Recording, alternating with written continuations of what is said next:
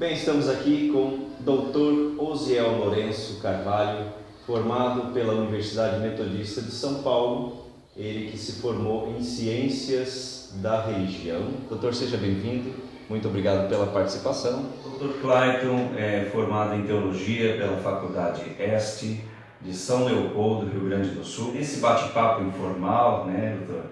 Estamos aqui com o professor Fernando Albano, ele que fez doutorado em Teologia em São Leopoldo, no Rio Grande do Sul, e leciona na Faculdade Refidim. Professor, seja bem-vindo, muito obrigado pela participação. Bom, o tema é teologia ou teologias? Afinal, como podemos definir esse termo? Bom, temos aqui a mestra em leitura e estudo da Bíblia, Andréa Nogueira, seja bem-vinda. Obrigada. Muito obrigado pela participação. Prazer é meu. Ela é professora, leciona aqui na instituição Refidim. No seu especialismo, quais podem ser as perspectivas de lermos teologia do ponto de vista metodológico? Existem vários métodos, mas eu vou traçar os principais. Falando em perspectivas, existem muitas perspectivas. Então, por exemplo, nós podemos ler a teologia do Antigo Testamento a partir da perspectiva historiográfica, a partir da perspectiva arqueológica, da perspectiva científica. Nós podemos também ler o Antigo Testamento a partir da perspectiva religiosa, que é o que dentro das igrejas mais acontece, mas também podemos ler na perspectiva social, econômica, política.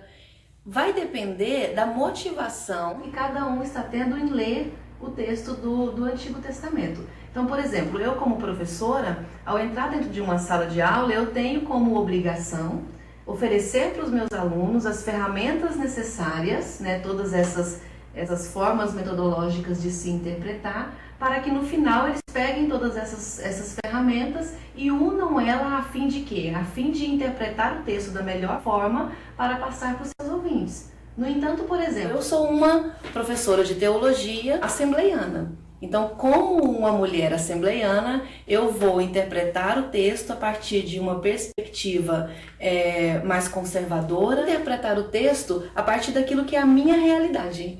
Quando eu interpreto o texto e vou trazer vida para as pessoas através do texto que está ali.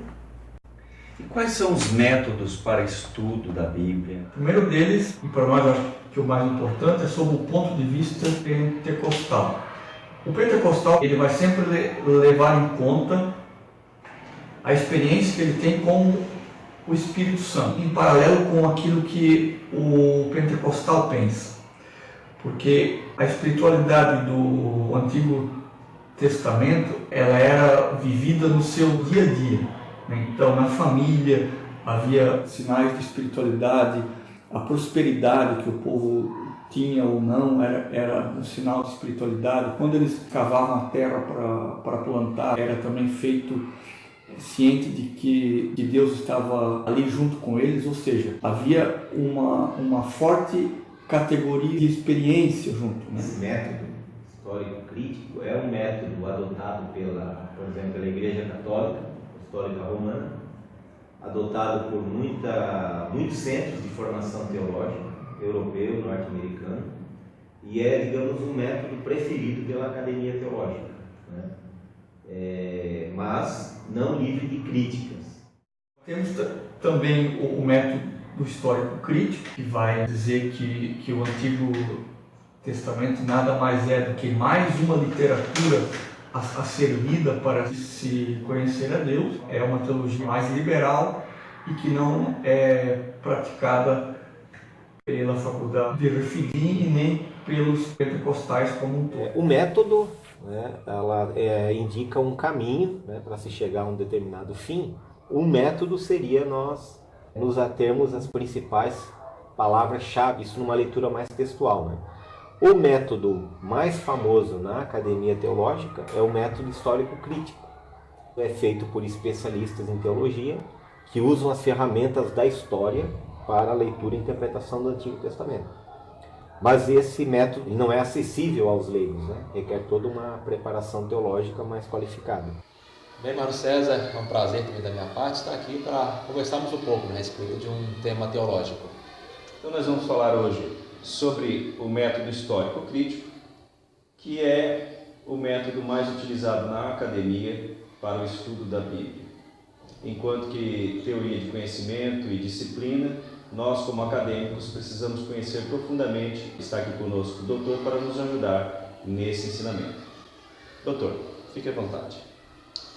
Mário César, quando a gente fala desse método, método histórico crítico, a gente precisa pensar a origem dele. Para se falar de método histórico crítico, a gente tem que necessariamente nos remeter lá para o período da Reforma Protestante. Com o advento da Reforma Protestante, há uma mudança radical na hermenêutica bíblica, na interpretação bíblica, na medida em que agora, com a Reforma Protestante, o sentido literal era o sentido mais importante do texto bíblico, e não apenas o sentido alegórico, escatológico ou moral do texto bíblico. Além dessa mudança hermenêutica, a fim de se dar essa ênfase na questão literal do texto bíblico, um outro princípio da Reforma Protestante foi muito importante também, que é o princípio da sola escritura. Ou seja, a partir de agora de Lutero, não existe mais uma instância externa que vai dar o sentido daquele texto, um magistério que diz, que determina dogmas. Ou seja, com a sola escritura, a partir de agora, a Bíblia interpreta a própria Bíblia. Veja, então nós temos com a Reforma Protestante ali, e com Lutero principalmente, ali um ensaio inicial do que seria uma crítica bíblica, uma crítica teológica. Bom, o método histórico crítico ele é um método que surgiu dentro do protestantismo europeu, especificamente no século XIX, e só poderia surgir dentro do protestantismo porque o protestantismo ele segue numa linha de leitura crítica da Bíblia, da Igreja, da vida, uma herança herdada já de Lutero, de João Calvino. Vale lembrar, e é oportuno falar isso agora, celebramos os 500 anos da Reforma, que o Lutero criticou o dogmatismo da Igreja Católica, isso no século XVI, usando a Bíblia. E ele então dizia que a Bíblia deveria ser lida, especialmente literalmente, e a partir de Cristo. O próprio Martinho Lutero, quando ele faz uma edição do texto bíblico, ele deixa ali, por último, alguns livros bíblicos, como o livro de Apocalipse, livro de Hebreus e principalmente o livro de Tiago. Contrariando a leitura dos 4 lados da Igreja Católica. A leitura literal, a leitura alegórica, a leitura moral e a leitura escatológica. Que é o chamado iluminismo. Nós temos já uma crítica ao texto bíblico, às escrituras. E a partir de Cristo. E desde então, o protestante tem essa condição de crítica, de exame racional da Bíblia, da fé. No caso de Lutero, contrariando o dogmatismo do Papa, da Igreja Católica, somente alemães, no século XIX, entenderam que os dogmas das igrejas não correspondiam exatamente com os ensinamentos da Bíblia Sagrada. Então, Reforma Protestante, está na gênese do método histórico crítico. Mas nós temos também um outro evento que vai acontecer na Europa, de maneira especial na França, no século XVII, que é o chamado Iluminismo. E mais à frente, no século XIX, por intermédio também dos protestantes no contexto europeu, dentro também desse contexto do racionalismo, do iluminismo. Veja, o iluminismo é aquele movimento que surge onde ele vai questionar aquela visão teocêntrica do mundo, onde o importante era se ter um predomínio da razão em termos de interpretação, de textos e também da cultura europeia. Aquilo que se convencionou chamar de modernidade, então se desenvolveu o método histórico crítico. Então, a gênese, assim, vamos dizer, do método histórico crítico está na Reforma Protestante e também no Iluminismo. Então, o método histórico crítico surgiu como uma crítica a um dogmatismo que faz a Bíblia falar coisas que ela por si mesma não fala. Basicamente, temos aí as raízes desse método de leitura da Bíblia. Particularmente Poutilho, que tinha suas incitações com o dogmatismo. Nesse livro, As Perspectivas da Teologia, há uma parte que fala de sair da camisa de força do dogmatismo, né, para se libertar para as heranças do cristianismo, da igreja cristã comum. Bem, e as principais características do método histórico-crítico seriam? Bem, eu coloquei aqui 3 características do método histórico-crítico, né? Primeiro, ele está relacionado com o próprio iluminismo, que tem relação com esse predomínio da razão. Interessante o professor falar sobre o protestantismo no século XIX. Poutilho, que fala no livro Perspectivas Teológicas do Protestantismo no século XIX e XX, ele fala a respeito de um estudioso que se envolve com o objeto de seu estudo. Ele não consegue extrair historicamente através de um método acadêmico, científico, sem se envolver a certo nível. A segunda característica é também uma visão crítica em relação ao texto bíblico. Os métodos que eram usados para textos, entre aspas, profanos, eram também usados para os textos sagrados, né? No caso, o texto bíblico. Então, essa é uma segunda característica, uma visão crítica do texto bíblico. E também nós temos a ideia também da separação do Antigo e do Novo Testamento. Porém, com o método histórico-crítico, há uma quebra desse paradigma, Marcelo, né? Na medida em que, como se vê agora o texto bíblico, né? Se vê assim, Antigo Testamento é um bloco independente do Novo. Racionalidade científica, visão crítica do texto bíblico e separação do Antigo e do Novo Testamento. E quais são os instrumentais do método histórico-crítico a fim de chegar no produto final, a fim de chegar no fruto do estudo em si? Bem, Mário César, existem vários métodos, mas eu quero destacar 3. Crítica textual. Os exemplares que nós temos hoje do texto bíblico são o quê? São cópias das cópias das cópias das cópias. E quando a gente faz a crítica textual, nós temos aqui que nós chamamos de variantes textuais.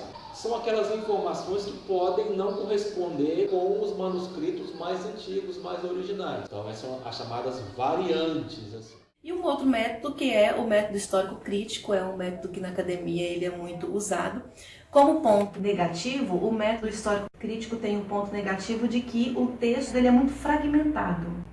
E quando se fragmenta muito o texto, corre-se o risco de perder a essência daquele texto, que é a mensagem do Cristo que perpassa por todo o Antigo Testamento até chegar no Novo. O ponto positivo desse método, ele aceita outros tipos de ciência junto com o texto bíblico para uma interpretação completa. Então, enquanto que o método gramatical ele vai se usar especificamente do texto bíblico e não abre mão do que está ali, no método histórico-crítico, o pesquisador ele se usa do texto bíblico como mais um elemento para a sua pesquisa. Mas vai ter também documentos historiográficos, vão ter também documentos arqueológicos, científicos, que vão, de uma forma geral, ser pesquisados por essa pessoa, e a partir disso é que ele então vai dar a sua interpretação. Vemos que as pessoas querem respostas. E quando o método histórico-crítico é aplicado à interpretação do texto bíblico, ele consegue nos dar respostas mais plausíveis, respostas onde eu não dependo apenas da fé para acreditar. E aí isso torna o texto bíblico ainda mais concreto. O método histórico-crítico, apontando já aí um aspecto positivo dele, é que ele exige do exegeta, do hermeneuta, um aprofundamento, um mergulho naquele texto. Mergulhar em outras coisas, isso significa saber o que se passa sobre o texto bíblico fora do texto bíblico, o que os cientistas estão dizendo, o que os pesquisadores, o que arqueólogos dizem sobre o texto bíblico. Uma das críticas que podemos fazer ao método histórico crítico é justamente esse excesso de objetividade na abordagem do texto bíblico, porque se pretende uma objetividade científica para chegar exatamente no contexto histórico daquela narrativa bíblica. Ele se fixa muito no significado do texto bíblico e esquece um pouco do sentido, né? E isso se dá a partir desse excesso de racionalidade do método histórico crítico. Eu quero aqui citar um exemplo, né, do método colocado em prática a partir de uma exegeta, o professor Oswaldo Luiz Cibeiro. O professor Oswaldo Luiz Cibeiro, ele está propondo uma nova interpretação do Salmo de número 23, que o Senhor é meu pastor, não faltarei. Segundo ele, o contexto do Salmo de número 23 não é de um pastor que está ali para suprir as necessidades da sua ovelha. O versículo que vem da 4 fala o seguinte, né? Que ainda que eu ande pelo vale de sombra e de morte, não temerei mal algum. Então, segundo a interpretação desse exegeta, o contexto do Salmo 23 é um contexto de morte, ou seja, aquela ovelha está na iminência de ser morta. Então, o Senhor é meu pastor, não faltarei, ou seja, não morrerei, porque eu tenho um pastor que me protege, um pastor que me livra do mal. Ou seja, então esse é um exemplo, né, de alguém que usa um método histórico crítico para tentar se aproximar o máximo possível àquele texto dos seus originais. Então fica aí, né, um texto polêmico a respeito de alguém que usa um método histórico crítico. Então você acha que as teologias, ou se houverem mais que uma, elas têm de centralizar-se em volta deste fio condutor? O texto bíblico está aí para todos nós manusearmos. Por muitas e muitas vezes, quando ele é colocado à prova pelos arqueólogos e pelos cientistas, e dão ainda mais credibilidade no texto bíblico. Então, pensando em método histórico crítico, mas Deus conduziu essas pessoas. É fantástico a gente ver como essa mensagem tem uma lógica perfeita. São livros que foram escritos com séculos de diferença e que têm a mesma mensagem. Exatamente. Que têm a mesma essência. Então, só o Espírito Santo de Deus para conseguir com que esse fio condutor, ele realmente nunca se quebrasse, desde o momento em que a revelação começou, ela foi progressiva, até o final dessa revelação, que foi o Cristo. Volto aqui a enfatizar, sempre o grande fio vermelho que conduz todas as teologias do Antigo Testamento apontam para Cristo. Bom, tivemos a participação do Dr. Clayton na direção da instituição Refidim. Estivemos aqui então em um bate-papo com a mestra Andréa Nogueira. Agradecemos a sua participação. Eu que agradeço. Né? Fique à vontade. Vale a pena nós conhecermos a Bíblia, a essência da Bíblia como ela é, porque conhecendo a Bíblia de uma forma mais profunda, nós vamos conhecer o Deus da Bíblia e vamos ter um relacionamento mais próximo com esse Deus, tendo a certeza sempre de que esse Deus não é um Deus que está lá em cima ditando as regras, mas é um Deus que está aqui comigo, que está aí com você nesse momento. E uma série de testemunhos de pessoas que tiveram a vida afetada e transformada pelo contato com a Bíblia Sagrada. Daí a fé nos dizer que esse livro não é apenas um livro, é a revelação de Deus em palavras humanas para a humanidade. Quer vir para a Faculdade Refidim, fazer um curso de bacharel em teologia, de pós-graduação? Seja bem-vindo. Estamos aqui, receberemos você de braços abertos com o maior prazer. Obrigada, valeu. Até a próxima. Se quiser direcionar alguma palavra? Sim, me sinto honrado por poder dar essa modesta parcela de cooperação. Obrigado, Mário. Foi um prazer estar aqui. Obrigado, professor. Então, para mim, em particular, foi um prazer estar aqui conversando com você sobre esse tema. Imagina, estivemos então com o Dr. Osiel Lourenço Carvalho, doutor em Ciência da Religião. Está contigo a palavra? Sempre que você fizer teologia, tenha em mente que o autor do texto bíblico está presente. Quando nós fizemos teologia assim, a teologia se torna viva e se torna muito prática para o nosso dia a dia. Muito obrigado, pastor Clayton e doutor, por essa participação e até a próxima. Amém. Obrigado pela oportunidade, que Deus te abençoe. Amém. É isso aí, pastor. Muito obrigado. Por nada. Até a próxima. Até a próxima. Valeu. Um abraço. Um abraço.